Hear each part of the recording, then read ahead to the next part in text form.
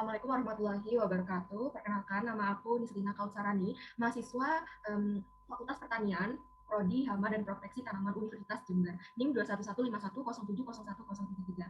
Nah, kembali lagi nih, aku lagi bawain mini podcast yang temanya itu tentang tanaman perkebunan, khususnya itu kopi. Nah, di mini podcast ini aku tuh nggak sendirian, aku ditemani oleh Kak Vivi Anissa.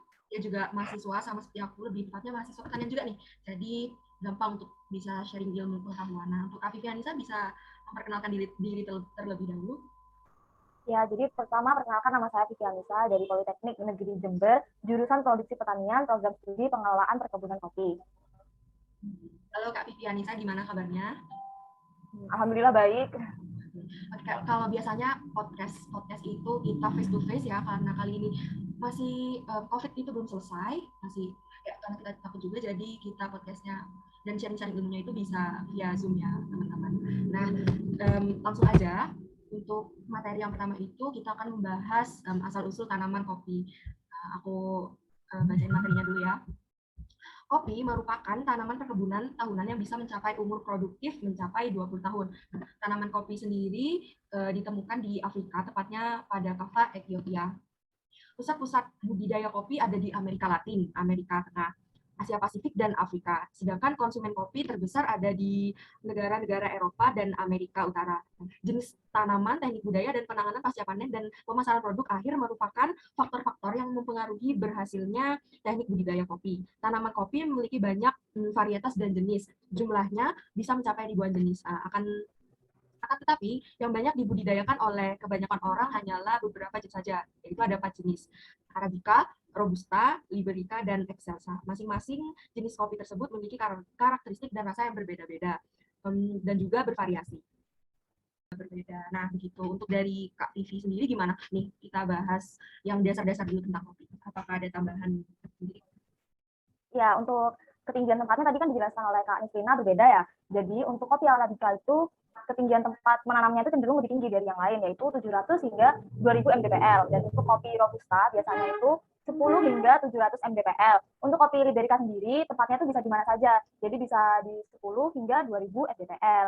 Untuk perbedaan daunnya sendiri juga berbeda. Untuk kopi Arabica itu biasanya lebih kecil daunnya. Untuk Robusta itu lebih besar, dan Liberica itu lebih besar lagi daripada Robusta. Juga pinggir daunnya itu tidak berbeda dengan Robusta. Dan untuk rasa sendiri, biasanya kopi Robusta itu lebih pahit karena kandungan kafeinnya itu lebih banyak. Juga kalau kopi Arabica itu cenderung rasanya itu terkadang ngasam, kecut gitu. Ya, wah, tentunya pemahaman di dasar tentang kopi sendiri ini sangat banyak ya Kak Vivi. Nah, untuk lebih mengulik lebih dalam tentang kopi ini sendiri, pastinya kalian nggak afdol dong kalau kita nggak bahas tentang budidaya kopi sendiri. Nah, di sini kita bakal ngejelasin sedikit tentang bagaimana cara kita membudidayakan kopi. Tapi secara singkat aja dan secara sederhana ya teman-teman, karena untuk lebih jelasnya kalian bisa mengutip di artikel atau jurnal, itu banyak banget di Google. Nah, hal yang pertama yang harus dilakukan untuk budidaya tanaman kopi sendiri adalah pemilihan varietas kopinya. Nah, jangan lupa untuk mempertimbangkan lingkungan yang akan dijadikan lahan untuk penanaman kopi itu sendiri.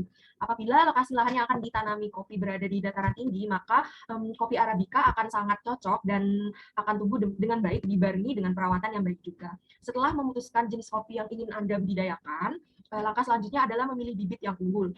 Tanaman kopi juga membutuhkan tanaman penaung dalam penanamannya. Nah, ini untuk tanaman penaung sendiri, Kak Vivi nih bisa ngejelasin apa sih sebenarnya tanaman penaung di kopi itu sendiri? Ya, jadi apabila karena tanaman naungan ini sangat penting bagi tanaman kopi, apabila kopi tidak memiliki tanaman naungan, yang terjadi adalah biji kopi tidak tumbuh secara maksimal. Kemudian ukurannya juga menjadi lebih kecil. Kemudian tanaman penaung sendiri itu memiliki dua jenis, yaitu tanaman penaung tetap dan tanaman penaung sementara. Untuk tanaman penaung tetap merupakan tanaman yang menaungi tanaman kopi selama hidup. Sedangkan tanaman penaung sementara merupakan tanaman yang ditanam 1 tahun sebelum bibit kopi ditanam. Jadi sebelum kopi itu ditanam, tanaman penaung itu sudah ditanam terlebih dahulu. Gitu. Oke, jadi tanaman penaung ini juga menjadi salah satu faktor yang penting ya, Kak Vivi, dalam penanaman kopi. Nah, hal yang akan kita bahas selanjutnya itu juga nggak kalah penting untuk tanaman kopi, khususnya untuk budidaya. Para petani juga harus tahu. Nah, yang akan kita bahas kali itu adalah hama. Hama utama pada budidaya tanaman kopi itu diantaranya adalah, aku sebutin nama ilmiahnya itu ada Hypotheremus hampei, Hemeilia Fastatrix, Scilosandrus, Morigerus, Coccus viridis, dan masih banyak lagi untuk hama yang ada di tanaman kopi sendiri. Untuk penjelasannya mungkin Kak Vivi bisa dijelaskan itu hama itu bagaimana sih cara penyerangannya pada tanaman kopi sendiri. Silakan. Nah, saya jelaskan salah satu hama yang sering ini ya nampak pada tanaman kopi yaitu kumbang penggerek buah kopi. Nah, biasanya kumbang penggerek buah kopi itu mulai menyerang pada 8 minggu setelah pembuangan saat buah kopi masih lunak untuk mendapat makanan sementara. Kemudian menyerang buah kopi yang sudah mengeras untuk berkembang biak. Kumbang betina akan menggerek bagian ujung bawah buah dan biasanya akan terlihat adanya kotoran bekas gerekan di sekitar lubang masuk. Ada dua tipe kerusakan yang ditimbulkan oleh hama ini, yaitu gugur buah yang masih muda dan juga penurunan kualitas dan kuantitas hasil panen tanaman kopi yang didapat. Ya, itu untuk bagaimana cara hama dalam tanaman kopi menyerang pada tumbuhan kopi itu sendiri. Nah, lalu kalau misal ada hama, kita pasti bertanya dong gimana sih cara penanggulangannya agar hama itu tidak jadi banyak dan bisa diatasi gitu juga nggak banyak gitu untuk menyerang tanaman kopi itu sendiri. Untuk cara penanggulangan umumnya sih yang aku pelajari ya kita itu bisa pakai pestisida. Pestisida sekarang itu banyak banget ada yang organik sama yang anorganik. Tapi dikhususkan untuk pestisida pada tanaman sendiri itu dibutuhkan yang organik agar bahan kimia yang ada di pestisida itu nggak banyak masuk di pada tanaman. Jadi tanaman juga sehat juga. Pertama untuk pemupukannya sendiri itu harus untuk pemilihan pupuknya sendiri, maksud saya itu harus benar-benar tepat ya karena juga untuk menyongsong pertumbuhan yang ada di tanaman kopi sendiri juga nantinya bisa mencegah hama tanaman yang ada atau nantinya menghinggapi tanaman kopi itu sendiri. Nah, seperti itu Kak Vivi. Segitu dulu edukasi dari kita berdua tentang tanaman kopi. Semoga apa yang kita sharing ke kalian itu bisa bermanfaat banget dan juga kalian bisa lebih tergugah gitu untuk budidaya tanaman kopi. Nah, karena ini jarang banget kan ya Kak Vivi tanaman kopi itu buat dibudidayakan gitu. Dari Kak Vivi sendiri mungkin kayak ada sedikit penutup, pesan dan pesan mungkin. Budidaya tanaman kopi ini karena di Jember mulai banyak gitu ya para kayak kafe-kafe yang butuh kopi gitu seperti itu. Jadi ini adalah usaha yang bagus untuk kedepannya gitu. Jadi